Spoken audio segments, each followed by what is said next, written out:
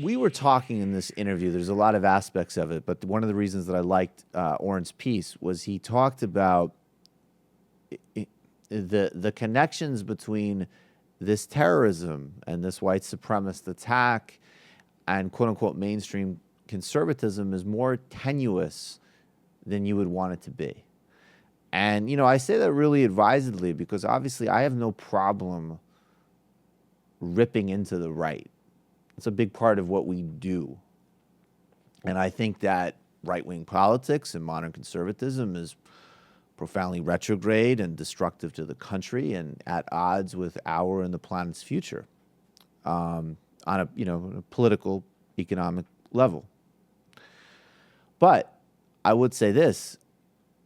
I know people in conservative circles who certainly don't sort of have an overt racism or anything like that. It's there, but I think what this has shown with the inability to say what the attack even was, with the inability of anybody besides Mitt Romney to come out and say that the Confederate flag should be taken down immediately, which he actually did over the weekend, but he's not running for president.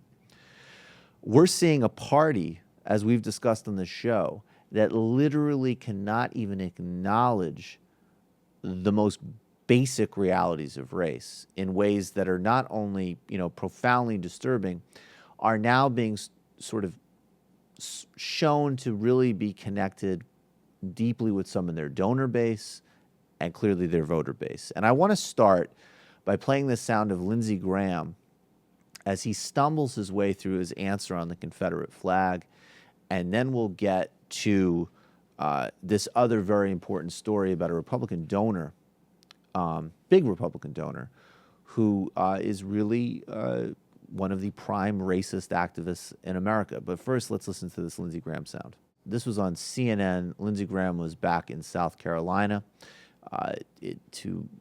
for memorial events around the attack. He's getting asked about the Confederate flag. Go ahead.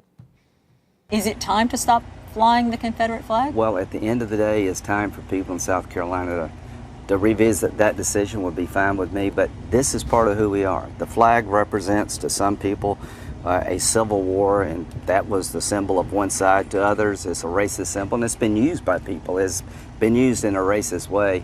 But the problems we have in South Carolina and throughout the world are not because of a movie or a symbol. It's because what's in people's heart. How do you go back and reconstruct America? I mean, what do we do in terms of our history? And what is the answer? What is the answer I think the today answer for is that race we relations? move forward in a balanced way, that we make sure that the compromise in South Carolina works here, that we look and see what is going on in meaning Baltimore. the compromise of being able to still fly the Confederate flag because it's part of the proud tradition for some there's a Carolinians. Confederate War Memorial out front, and there's an African American And memorial. that works for you. It works here. That's what the State House agreed to do. But you could probably visit other places in the country, and there's some symbol that doesn't strike you as quite right. That's obscene. Let me explain this. Look, could you imagine if you went to Germany and somebody said that having a swastika is simply just an acknowledgement of German soldiers who died during World War II? Frankly, you could make that case. In Japan, they go and that's a major controversy when Japanese prime ministers go to a shrine to honor war dead who committed war crimes in Korea and China. That's a major controversy. The reality of what the Confederate flag is that it is a symbol of racism and supremacy, killing and abuse, period, and slavery.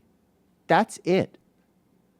It doesn't invalidate individual courage. It doesn't invalidate your family history, but that image is obscene. And furthermore, symbols don't matter. What's in people's hearts matter. Well, that's fascinating. I think that if some kids popped up in downtown Charleston and started waving a black ISIS flag, that Lindsey Graham would be pretty intrigued by the symbolism of that event.